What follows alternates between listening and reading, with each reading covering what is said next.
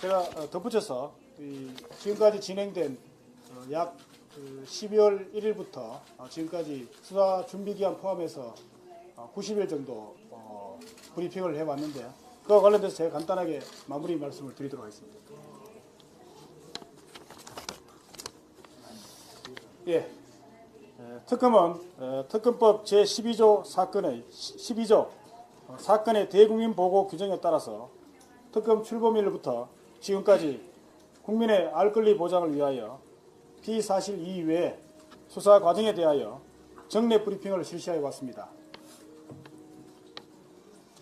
특검은 브리핑을 통하여 수사 과정을 국민들에게 매일 보고함으로써 수사 과정의 투명성, 공정성을 알리는 좋은 계기가 되었다고 판단하고 있습니다. 아울러 브리핑 과정에서 나타난 개선 사항을 잘 점검한 후 보존함으로써 향후 참고가 될 수 있도록 할 예정입니다. 그동안 특검 브리핑에 관심을 가져주신 국민 여러분들께 감사의 말씀을 드리는 바입니다. 네. 그리고 올 브리핑 마지막인데 그동안 이 대변인을 따라서 계속 하루도 빠지지 않고 이 자리에 왔던 우리 그 부대변인에게도 한 말씀 할 수 있는 기회를 드리도록 하겠습니다.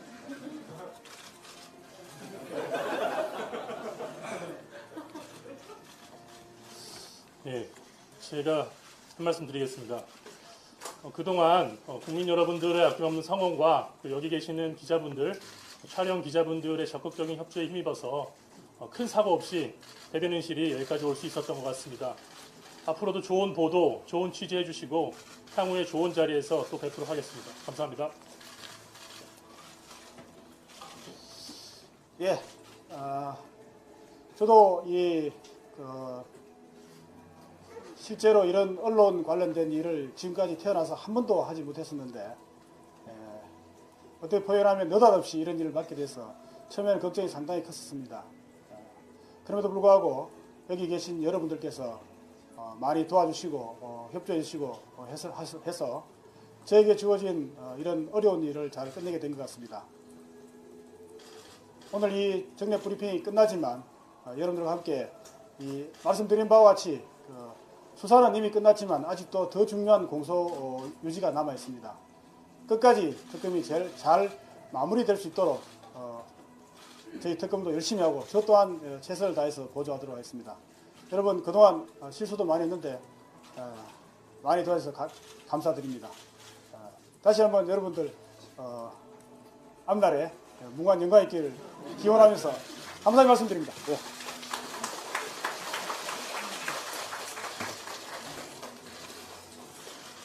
네, 마치겠습니다.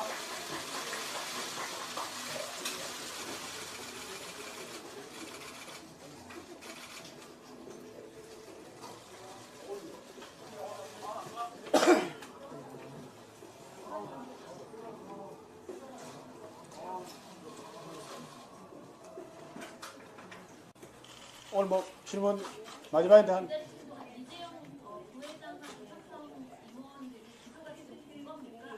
기소할 예정입니다.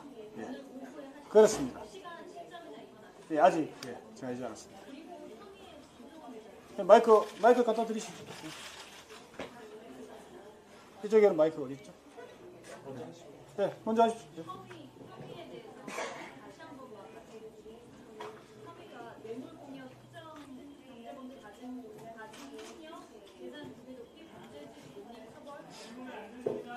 그 부분은 혐의 관련한 추후에 제가 별도로 답변을 드리도록 하겠습니다. 네, 윤수건입니다. 김영재 원장 어쨌든 하시는데 대통령을 직접 진료했다든지 이런 부분은 좀 확인되시겠나요?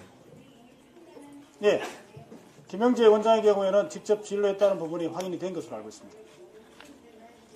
구체적으로 좀 설명을 좀 드리면. 네, 그 부분은 어차피 공소장이 오늘 아직 기소가 되지 않은 상태이기 때문에 기소가 되면 그 이후에 아마 알려드리도록 하겠습니다. 예. 공소장 변경 관련해서 좀 헷갈려가지고요. 이게 상상 같은 경우는 대가성이 있었기 때문에 뇌물이 적용됐지만 그런 불가성이 없다고 하면 그 따로 공소장 변경 안 하셔도 되지 않나 싶어서요. 그 검찰은 삼성을 기소하지 않았습니까?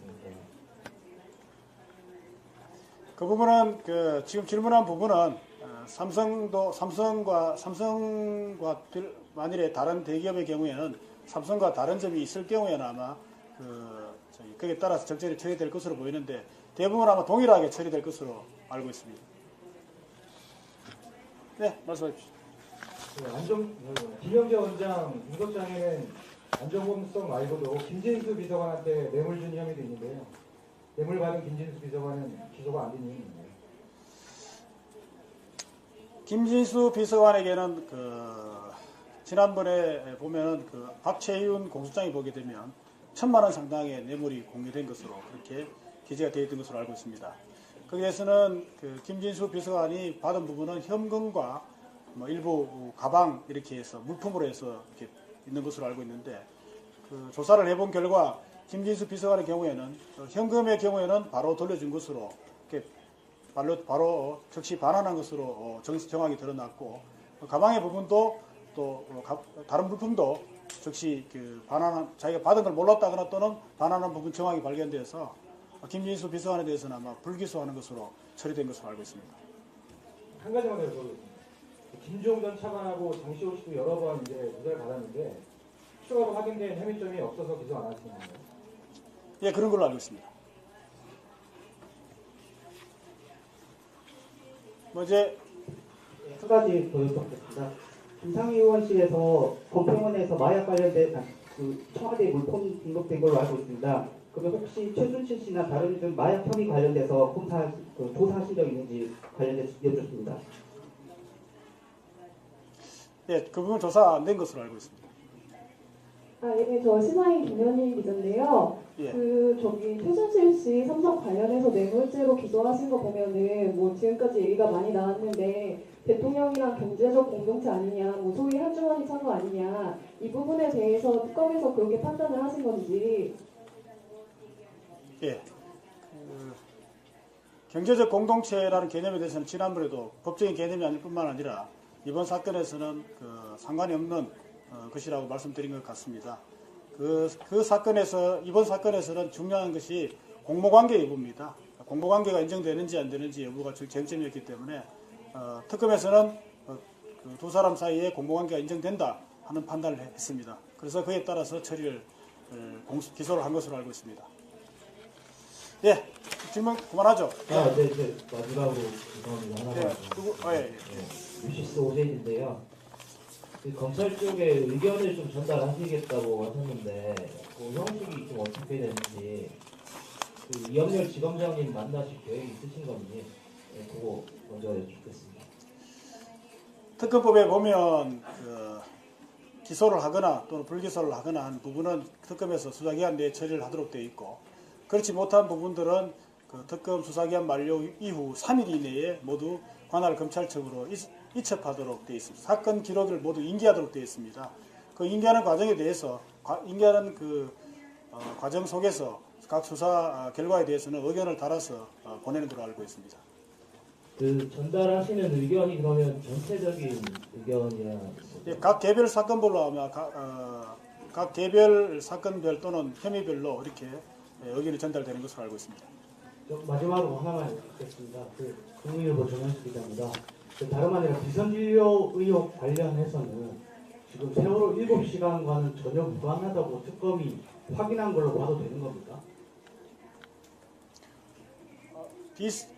세월호 7시간 관련돼서는 지난번에도 말씀을 드렸었는데 직접적인 특검의 수사 대상은 아니었습니다만은 오늘 발표한 것처럼 비선진료 의혹 관련해서 상당 부분의 여러 명의 사람들이 기소가 됐습니다. 그래서 이 여러 명 기소된 사람들을 조사하는 과정에서 어느 정도 파악이 부분이 있어서 그런 부분들은 지난번에 말씀드린 것처럼 핵심적인 7시간의 의혹에 대해서는 밝히지는 못했습니다만은 다른 부분에 대해서는 최종 수사 결과 발표 때 일부 언급이 있으리라고 예상하고 있습니다. 네, 마치죠. 질문을 너무 많이 하시는 것 같아서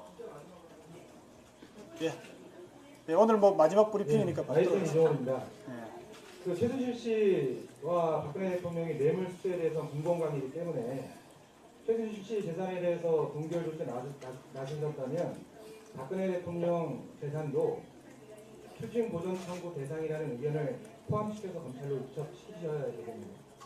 그 부분에 대해서는 아마 그 지금 질문하신 부분에 대해서는 별도로 아마 판단할 예정입니다. 말씀드리기가 부적절한 것으로 보입니다.